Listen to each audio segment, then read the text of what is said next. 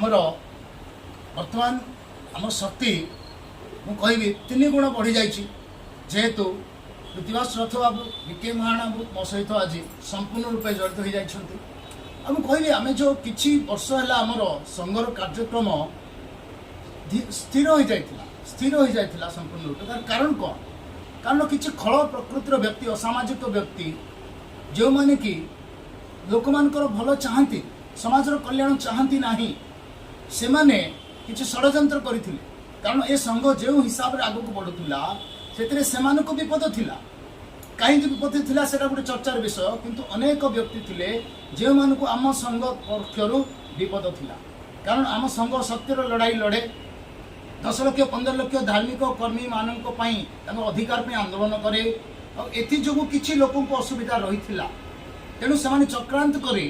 किछि मिथ्या केसेस देथिले किछि कोन मु 40 रु ऊपर केस देथिले मो ऊपर से भितर केस जो है मत बेल है संगे संगे हाइकोर्ट पको पको फाइल संगे संगे बेल है मुझे चाहिए मसे भितर पदा को आसी पारि थांती किंतु मत बेल ऑर्डर भी आसला वकिल देइथिला जेल भितर बेल ऑर्डर चिरी मु फोपाड़ देली नहीं भाई मुझे कौन सी भूल करिनी बेल रे पदा को जीविनी मु भितर रही केस लड़बी आमर कानून व्यवस्था आम भारतर ओडिशार एते धीमा गति रे चले बिल्कुल विपर्यस्त व्यवस्था जो 3 वर्ष लगिगला तेणु समस्त केस मु लड़िली आउ से भितर मो केस रे कम से कम 20 जन पुलिस इंस्पेक्टर डिटेल्स रे इन्वेस्टिगेशन कले मु निजे स्कोप देली इन्वेस्टिगेशन करिया पई कहली 7 जन मजिस्ट्रेट मो केस गुड़िकर विचारणा करछंती लोअर कोर्ट को नहीं हाई कोर्ट पर्यंत 7 जन मजिस्ट्रेट मो केस रो विचारणा कले आउ 14 जन वकील ए केस को लड़िले 3 जन गवर्नमेंट वकील 14 जन प्राइवेट वकील 17 जन वकील माने 40 रु ऊर्ध्व टैलेंटेड व्यक्ति एजुकेटेड व्यक्ति ए समस्ते केस ऊपर काम करिसंती आ अंतिम रिजल्ट कोन आसिला फलाफल केस रो सुकांत पंडा कौनसी प्रकार दोष करी नहांती 1% भी कौनसी व्यक्ति रो कौनसी प्रकार अनिष्ट करी नहांती